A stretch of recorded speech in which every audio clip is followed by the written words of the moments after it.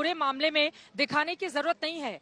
इतनी बेचैनी, इतना उतावलापन हिंदू पक्ष की ओर से, धार्मिक गुरुओं की ओर से क्यों दिखाया जा रहा है? क्या इससे जो वर्तमान परिवेश है, माहौल है, वो बिगड़ने का काम नहीं करेगा अगर एक के बाद एक इस तरह के बयान सामने आएंगे? तो थोड़ा इंतजार क्या कोर्ट के फैसले और कोर्ट के जो भी निर्देश दिशा हो उसको लेकर नहीं किया जाना चाहिए?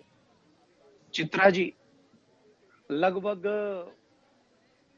23 मिनट हो गए मैं आराम से सुन रहा हूं और मैं आशा रखता हूं कि जब तक मैं बोलूंगा तब तक ये लोग भी शांति बनाए रखेंगे। बोले सर। और ये मेरी आशा यही है। और प्लीज मैं एज ए धर्म गुरु बोल रहा हूं, ना कि मैं किसी पार्टी से नहीं हूं। तो मेरा कृपा करके सबसे निवेदन है कि सुन ले। देखिए चित्रा जी, हम सभी लोगों की ये जिम्मेदारी बनती है, जब कोई केस कोर्ट में है तो हम लोगों को उस पर कोई बयान नहीं देना चाहिए। बड़ी शांतिप्रद तरीके से हम लोग को इस बात का ध्यान रखें कि कोर्ट का सम्मान बना रहे और आदर्श के साथ में जो कोर्ट कहे वही हम लोग पालन करें।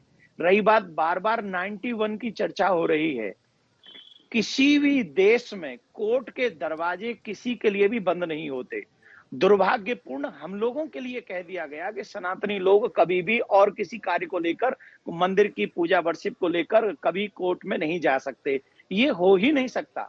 अगर हमें हमारे पूर्वजों के साथ में जो बुरा व्यवहार किया गया, देवी देवताओं के मूर्तियों को खंडित किया गया, उनके बड़े बड़े स्थान तोड़ दिए गए और उनको तोड़कर वहां जबरदस्ती शिखर के ऊपर गुंबद बना दी गई, जहां पर शिवलिंग है वहां पर हाथ पैर धोए गए, वहां पर कुल्ला कर दिया गया। अगर हमारे मुंह पे कोई कुल्ला करे तो हमें कितना बुरा लगेगा। आज हमारे देवी देवताओं पर कोई कुल्ला, अगर वाकई शिवलिंग हुआ और जानबूझकर ऐसा व्यवहार हमारे देवी देवताओं के साथ किया गया, जो लोग जानते हैं, जो लोग वहां हाथ पांव धोते हैं, अगर उनको पता था कि ये शिवलिंग है, उसके बाद भी अगर ऐसा व्यवहार ये लोग कर रहे हैं, अरे वो लोग कर रहे होते तो कोई बात नहीं, क्योंकि वो तो बाहरी आक्रांता थे। अगर ये जो भाईचारे की दुहाई देने वाले लोग ये जानबूझकर भी अगर ऐसा कर रहे हो और वहां 1% भी शिवलिंग हो, तो फिर कैसा भाईचारा इस देश में रह जाएगा? पहली बात। दूसरी बात, अगर हमारे 40,000 मंदिर तोड़ दिए गए, अगर हमें अपने मन की बात, अपना दुख, 3 चीजें हैं, ध्यान से सुने। एक होता है सौंपना, एक होता है लेना, ये सुनिए, एक होता है सौंपना, एक होता है लेना और एक होता है छीनना। सौंपना जो अपनी मर्जी से दे दिया जाए, जो मैंने पहले ही कहा था राम मंदिर के समय पर कि 3 जगह दे दीजिए और आराम से भाईचारा निभाइए, वो सौंपना नहीं हुआ। एक होता है लेना, एक होता है छीनना। छीनना इन लोगों ने 45,000 मंदिर तोड़ दिए गए, वो हमसे छीन लिए, उस समय छीन लिए। लेकिन एक होता है लेना, हम कोर्ट के माध्यम से लेना चाहते हैं।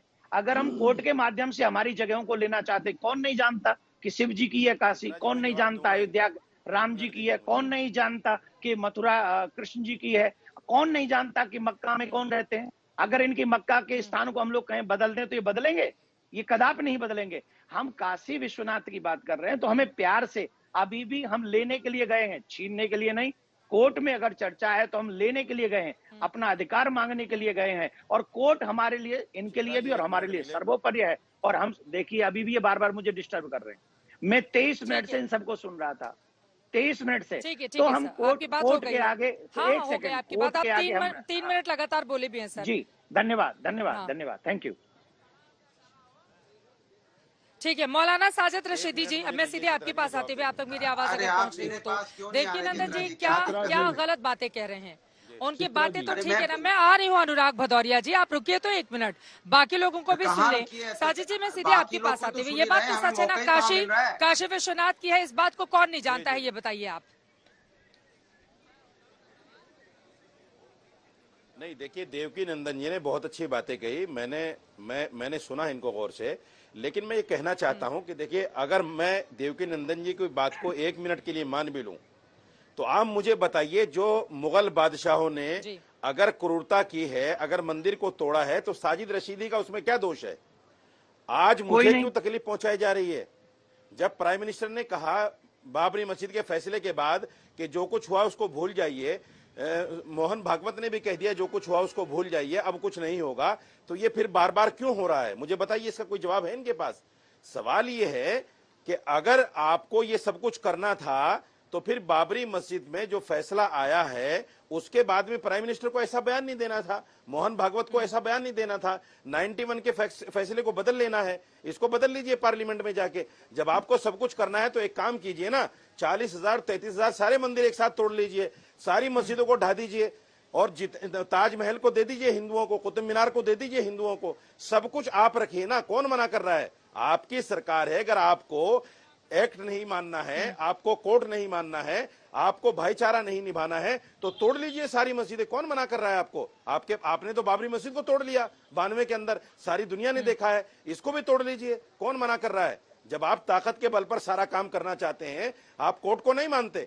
कोर्ट को अगर मानते तो महादेव और बाबा मिल गए, इस तरह की बातें नहीं होती। आप खामोश रहते और कोर्ट का फैसले का इंतजार करते। आपने जिस तरह से कोर्ट पर दबाव बनाने की कोशिश किया है और कोर्ट को जिस तरह से अपने दबाव में लेकर एक फैसला करा लिया कि तुरंत उसको सीज करा दिया और तुरंत उस पर फैसले करा लिए, ये सारा कुछ देश देख रहा है, दुनिया देख रही है। यही तो बहुत बड़ी दिक्कत है ना साजिद जी आपके पास। आप कह रहे हैं कि कोर्ट को लेकर दबाव में डालकर बीजेपी ने फैसला करा लिया। रशीदी साहब, मैं जवाब दूं? ठीक है, ठीक है। के शर्मा जी आप, जी देवकी नंदन जी आप जवाब दे दीजिए, उसके बाद में फौरन आगे आपके पास। मैं रशीदी जी साहब से बात कहना चाहता हूँ, मैं जवाब दे देता हूं। रशीदी साहब से बात कहना चाहता हूँ, आपकी कोई गलती नहीं है। रशीदी जिन लोगों ने हमारे मंदिर तोड़े थे, आप उनके साथ में कभी कभी आकर खड़े हो जाते हैं, वो गलती है। आप तो हमारे साथ, हम तो आपके साथ भाईचारा निभाने के लिए तैयार हैं, लेकिन हम कोर्ट पे कोई दबाव नहीं बना रहे। कोर्ट किसी के दबाव में काम नहीं करता, ये सब जानते हैं। हमारे रास्ते रोकने की कोशिश की जा रही। अगर आप हमें प्यार से सौंप देते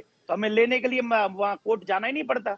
आज भी सौंप दीजिए, आप आज भी सौंपिए ना। आपको मैं आज तक चैनल पे चित्रा जी के शो में कह रहा हूं कि आप सौंपिए, आप मथुरा सौंपिए, आप काशी सौंपिए और आप भाईचारा हम आपके साथ निभाएंगे। कौन मना कर रहा है? जो आतताइयों ने हमारे ऊपर आक्रमण करके हमारी आत्माओं को, हमारे देवी देवताओं को खंडित किया, वो गलतियां अगर उन लोगों ने की हैं तो हम क्यों अपने भाईचारे को मिटाने की कोशिश कर रहे हैं? इसलिए क्योंकि हम मांगने भी जा रहे हैं तो हमें ब्लैकमेल किया जा रहा है, हमें धमकाया जा रहा है, हमें दुबई से धमकियां आ जाती हैं। तो ये ठीक नहीं है ना साहब। हम अपने धर्म की बात नहीं करेंगे, हम अपने कल्चर की बात नहीं करेंगे, हम अपनी देवी देवताओं की बात नहीं। अरे हिंदुस्तान में नहीं करेंगे तो क्या पाकिस्तान में करेंगे? काशी विश्वनाथ पाकिस्तान में थोड़ी बनाएंगे काशी विश्वनाथ का मंदिर। हम और आप भाईचारा निभा सकते हैं, निभाइए, आइए मैं और आप निभाते हैं। जवाब दीजिए साजिद साहब। वो कह रहे हैं कि भाईचारा तभी निभेगा जब मस्जिद वाली जमीन आप काशी विश्वनाथ को छोड़ दीजिए। चले चित्रा जी, अरे ऐसा लगा साजिद जी हमारे साजिद रशीदी साहब हमारे साथ नहीं है क्या? हमारे साथ अम्बेडकर जी हैं, डॉक्टर पवनराव अम्बेडकर। डॉक्टर पवनराव अम्बेडकर, आप इसका जवाब दे दीजिए, उसके बाद अनुराग में आऊंगी आपके पास। नहीं चित्रा जी, मैं हम यहाँ 30 मिनट से बैठे हैं, मुश्किल से 30 सेकंड आपने मौका दिया, उसमें 20 लोग अनुराग बोलते साहब रहे। 2 मिनट जब मैं बोलना चाहता हूँ तो आप बोलने नहीं देंगे, कमाल है भाई। चित्रा जी देखिए, उतनी देर से सिर्फ आस्थाओं पर चर्चा चल रही है, आस्थाओं के आधार पर नहीं। जो सुप्रीम कोर्ट ने 1994 में इस्माइल फारूकी के मामले में क्या कहा, क्योंकि हम ये कह रहे हैं कि ये बाबरी मस्जिद, दूसरी बाबरी मस्जिद हम होने नहीं देंगे ता कयामत तक, क्योंकि जब तक इस देश में भारतीय संविधान है, कानून है, तब तक किसी भी उपासना स्थल के साथ छेड़छाड़ नहीं हो सकती है।